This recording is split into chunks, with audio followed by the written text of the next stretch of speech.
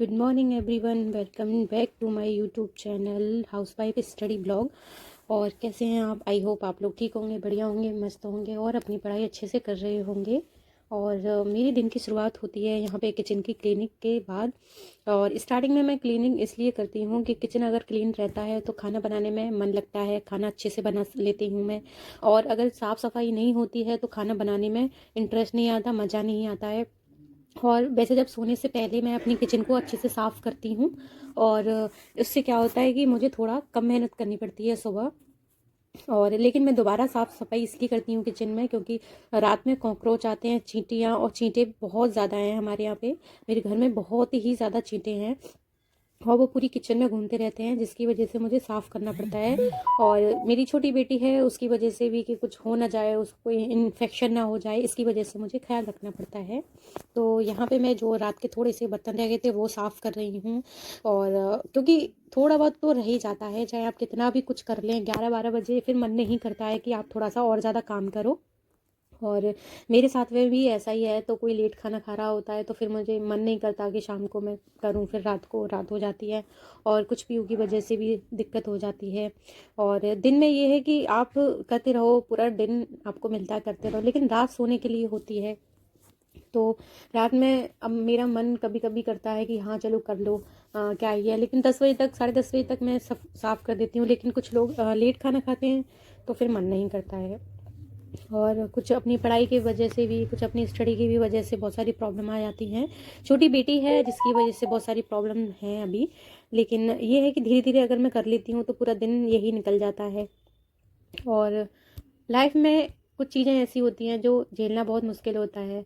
मेरी भी लाइफ में ऐसी चल रहा है कि वही सास का ड्रामा है। सास कुछ और कहती रहती है। सास ने अभी कुछ टाइम पहले की बात है, उन्होंने मुझ पे बहुत ज़्यादा लड़ाई हो गई थी हम दोनों की, और बहुत ज़्यादा कुछ ना कुछ बोलती रहती हैं। पर मैं इग्नोर मारती हूँ कि चलो कोई बात नहीं, बड़ी हैं, कुछ नहीं है तो समझ जाएंगी। अभी ये कि शुरुआत में हम लोग इतनी मेहनत करते हैं, बहू हैं फिर भी सब कुछ करती हूँ, किसी को कुछ भी करने नहीं देती हूँ, सारा काम मैं खुद करती हूँ, झाड़ू पोंछा, बर्तन, खाना बनाना, सुबह शाम का जो भी है नाश्ता, सब कुछ मैं बनाती हूँ। लेकिन कोई घर में एक काम कर लेता है वो 100 के बराबर होता है, वो फिर अपना गाना शुरू सुबह से लेके शाम तक गाता रहता है, लेकिन बहू के कोई भी काम नज़र नहीं आते हैं। बहू को ऐसे इग्नोर समझा जाता है कि वो तो कुछ है ही नहीं, उसका तो कुछ इन्वॉल्व है ही नहीं घर में, वो कहीं और से आई है, वो किसी और की बेटी है, वो हमारे घर में क्या समझेगी, इस तरीके से उसे बोला जाता है। तो गलत है। अगर आप ही लोग उसे अकेला छोड़ दोगे, उसको ये सोचोगे कि ये तो कहीं और से आई है, तो फिर उसके मन में साल भर, 2 साल भर, 4 साल बाद, 5 साल बाद वो फिर अपने आप को अलग ही कर लेती है। वो ये सोचती है फिर कि अरे, अगर मुझे इस तरीके से ही करते रहे मैं कब तक सहन करूंगी। फिर वो अलग हो जाती है, अलग रहने लगती है, अलग रहने की डिमांड करने लगती है। फिर अपने पति से झगड़ा करने लगती है कि आप मुझे लेकर बस अलग रहो, मुझे नहीं रहना इन लोगों के पास साथ में।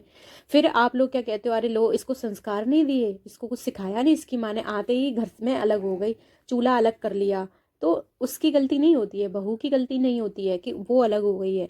आप शुरू से उसको परेशान करते हो इसलिए वो अलग हो जाती है। आप शुरू से उसको टॉर्चर करते रहते हो तो फिर वो क्या सोचेगी, क्या समझेगी। और फिर उस वो ही क्यों सोचे, वो ही कुछ सबका प्यार करे, सबका ख्याल रखे, आपकी जिम्मेदारी नहीं है कुछ। यही चीज़ आपकी बेटी के साथ हो तब आप क्या करेंगी? अरे मेरी बेटी ने कौन से कर्म खराब किए थे, मेरी बेटी के साथ ऐसा हो रहा है, मेरी बेटी सुबह से शाम तक खाना बनाती रहती है, उसे कितनी तकलीफ होती होगी। और बहू सुबह से शाम तक, शाम को छोड़ो, रात के 11-12 बजे तक एंड में सोती है, उसका कुछ नहीं है, वो रोबोट है, वो मशीन है।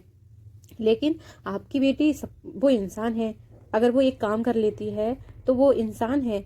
तो लाइफ की आप पता नहीं क्यों ऐसे सोचती रहती हैं कि मुझे बहुत दुख होता है इस बात को लेकर के कि पूरी ज़िंदगी वो बिता देती है, सास भी एक बहू होकर के ऐसी बात करती है कि पूरी ज़िंदगी वो बिता देती है। और फिर उसको ही जब बहू आती है तो वो ये समझना चाहिए उसको कि ये भी मेरी तरह आई थी, मेरे साथ जो बर्ताव हुआ था इसके साथ मैं ना करूं तो कितनी अच्छी लाइफ हो जाए। पर ऐसा नहीं होता है। वो ये सोच के बैठी होती है जैसी वो आएगी मैं भी उसके साथ वैसा करूंगी जैसा मेरे साथ हुआ है। तो कंपेयर करने लग जाती है वो कि मेरे साथ जो हुआ है ना वो मैं करके रहूंगी, चाहे कुछ भी हो जाए, मैं इसके साथ बुराई बर्ताव करूंगी। अब आती है पति की बारी। अब पति भी बेचारा क्या करे, वो घुन की तरह पिसता रहता है दो लोगों के बीच में कि माँ की सुनूं या फिर अपनी वाइफ की सुनूं। क्योंकि वाइफ भी उनके लिए बहुत इंपॉर्टेंट है और माँ भी बहुत इंपॉर्टेंट है, जिसने जन्म दिया है, पाला है, सब कुछ किया है। लेकिन फिर माँ ये क्यों नहीं समझ पाती है कि मेरा रोल अलग है और बहू का रोल अलग है, तो फिर मैं बेटे से ये सब क्यों कहूँ। वो बेचारे को इतनी टेंशन दी जाती है, बहू भी टेंशन देती है, एक पत्नी होके पूरी टेंशन देती है, प्लस एक जो माँ होती है वो भी टेंशन देती है। लेकिन समझना दोनों को चाहिए, कोई नहीं समझता ये चीज़ को। तो यहाँ पे देखिए दोनों का ही रोल होता है। आप में से बहुत सारे ये समझते हैं कि नहीं नहीं सास की गलती हो सकती है, नहीं नहीं बहू की गलती होगी।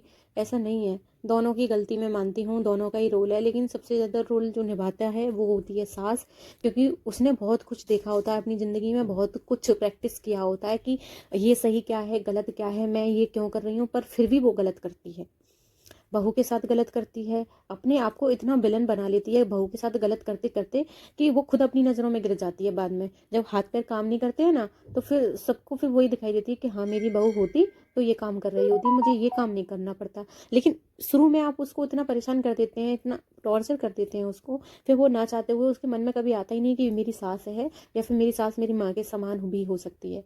तो आप उसको इतना टॉर्चर करते हैं, इतना परेशान कर लेते हैं शुरुआत से ही कि वो हमारी हो ही नहीं सकती है, वो हमारे घर को क्या ही समझेगी, वो हमारे जैसी नहीं है, हमारे बराबर की नहीं है, इतना बुरा सलूक करते हैं। फिर वो अपना असली रंग दिखाती है तो सब लोगों को बुरा लगता है। तो यही सच्चाई है समाज में, यही सच्चाई है हम सब बहुओं की। बहुत ही बड़ी समस्या ही भी यही है कि सास को समझना चाहिए, सास नहीं समझती है। तो डियर, ये मैं सिर्फ अपने लिए नहीं कह रही हूँ या अपनी कहानी नहीं बता रही हूँ, ये सबकी कहानी बता रही हूँ। जिन लोगों के साथ में बीती है, जिन लोगों को मैं जानती हूँ, वो सबको बताती हूँ। चलिए मिलते हैं, बाय बाय।